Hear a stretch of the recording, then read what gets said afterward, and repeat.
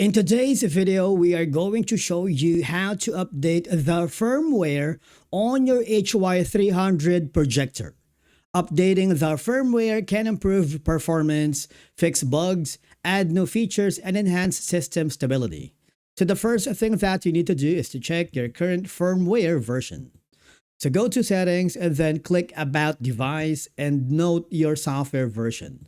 This helps determine whether an update is available. If it does, I want you to download the latest firmware. So visit the firmware download page and download the correct firmware for your HY300 model. Okay? Make sure you download the correct version to avoid installation problems. And then, you need to prepare a USB flash drive. So format a USB flash drive to FAT32.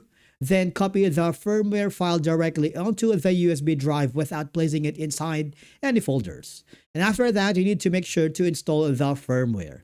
Insert the USB drive into the projector, go to Settings, then System Update, and choose Local Update if available. Select the firmware file and begin the installation. Please do not unplug the power or remove the USB during the update. And while doing so, you need to wait for the installation.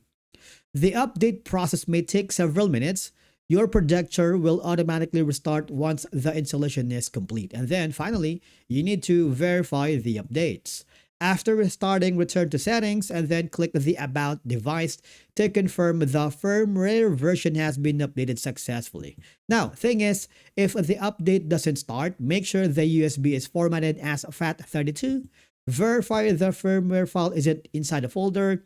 Download the firmware again if the file appears corrupted, and confirm you are using the firmware made specifically for your HY300 model.